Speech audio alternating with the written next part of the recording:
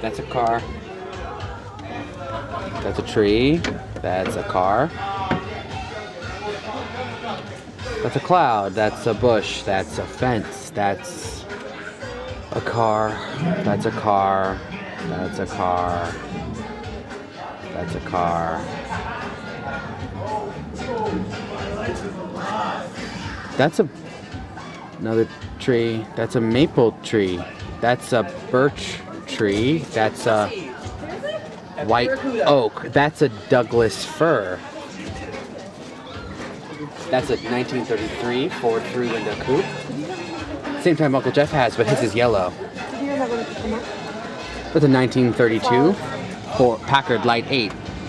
Oh my god. I hate that car. That's a willow tree, just like the one in our backyard. The one that looks like the one behind Billy Thompson's yard, the big one with the branches. I like to go frog hunting back there. Have you ever gone frog hunting? Have you ever hunted frogs? Anyway, my favorite place to go frog hunting is down by the creek over behind Billy Thompson's yard. Mrs. Thompson doesn't like it when I trample over her flower patch, so I just sneak around the back way through the woods. Anyway, the other day I was out sneaking through the woods when I came across this flower that was blue. And it was freckled with these silvery, sparkly bits.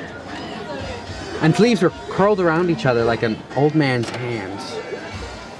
And I leaned down to get a closer look because I had never seen anything like it before. And just when I got close enough to smell it, it talked. And it said, "Hey, what's your name?" And I said, "My name is Rod Serling." Yeah. And we talked for a while about what it's like to be a flower and what it's like to be a little boy, and told me how much he liked it when the wind bent the trees so the sun could poke through, and I told him how much I liked catching frogs. We talked for a while, it was nice. And I told him how much I liked stories, and he told me he liked stories too. And that he had a story for me. A true story about someone he met.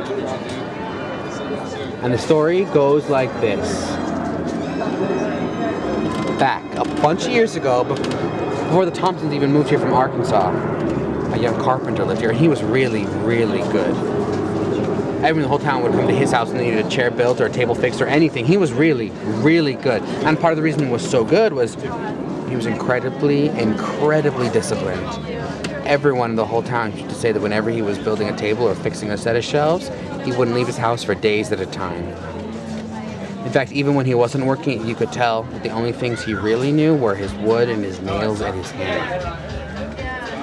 But everyone in the town was nice to him because even though he was a nice guy and a very good carpenter, he was strange because when you live your whole life in your shop with your wood, you can forget what it's like to be anywhere else. So one day the carpenter was alone in his shop. And there came a knock at the door, and when the carpenter opened the door, he saw a beautiful woman. She came inside without saying a word. And she introduced herself, and he introduced himself. And very soon it became clear they were in love. And very soon the young carpenter asked her to marry him. She said, "Yes, yes, yes, but on one condition.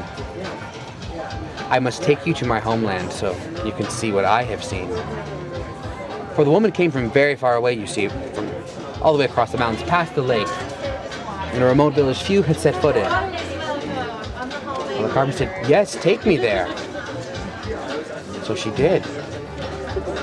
But when they got there, the carpenter didn't and thought this town was rather unremarkable. There was a bank and a post office and 2 grocery stores, but it didn't seem anything out of the ordinary.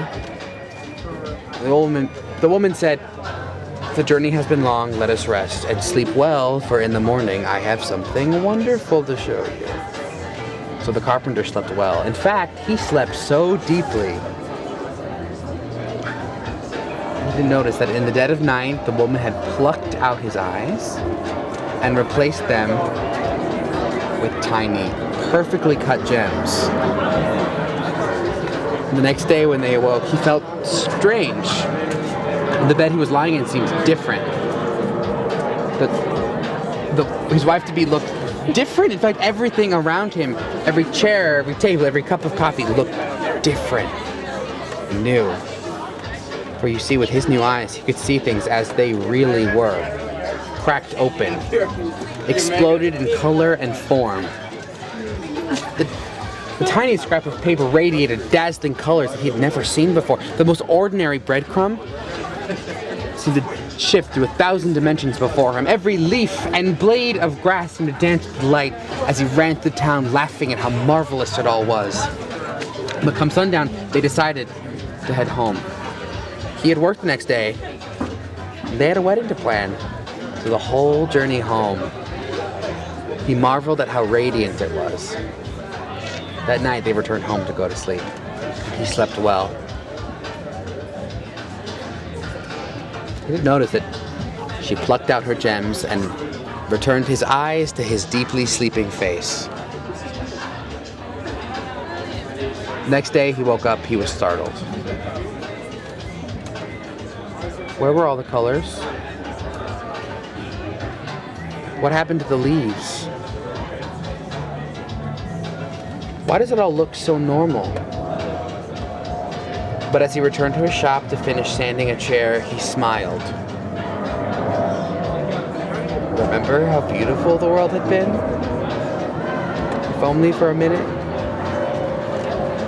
How was work today? They hired this new guy, this little man, this Jewish-looking man, and he has this stopwatch, and every time you take a break, go to the bathroom or take a smoke, he's there timing you. He said they're trying to cut costs or be more efficient or something. He said they do it in Sweden. I don't know. That doesn't sound efficient to me. That's what I said. I told them if they want to cut costs, they should just fire the Jewish-looking guy. It's next left. It's right up there. So the flower finished his story and said, "Go, you have a lot of frogs to catch." So I did. Don't worry, I don't kill them when I catch them. I always let them go.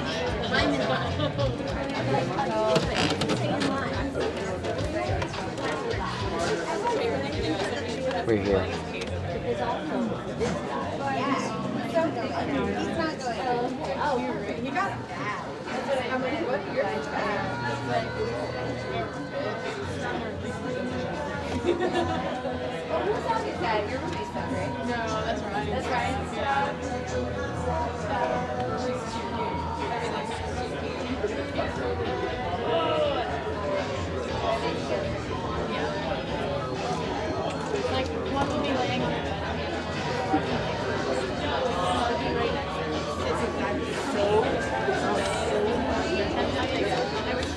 Another part.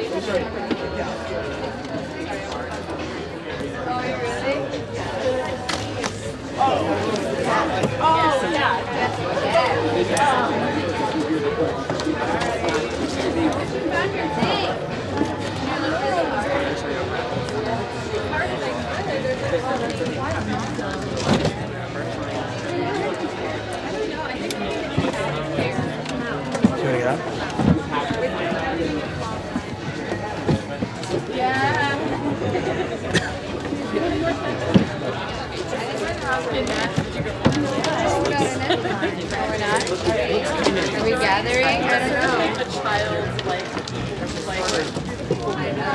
they're like happy as Yeah, and it just feels like things don't fit together super well. Moving back, which is like,